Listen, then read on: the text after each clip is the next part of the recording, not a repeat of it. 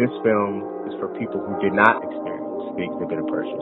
Which is okay, because the concept, the idea, is the most important thing. Sonic Age can be categorized as experiential art, or possibly conceptual art, maybe even surrealist. But it's more all of those things, but none of them at the same time.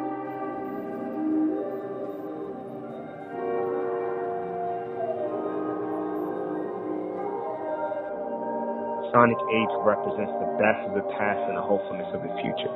Don't follow the rules, don't be controlled, just make shit.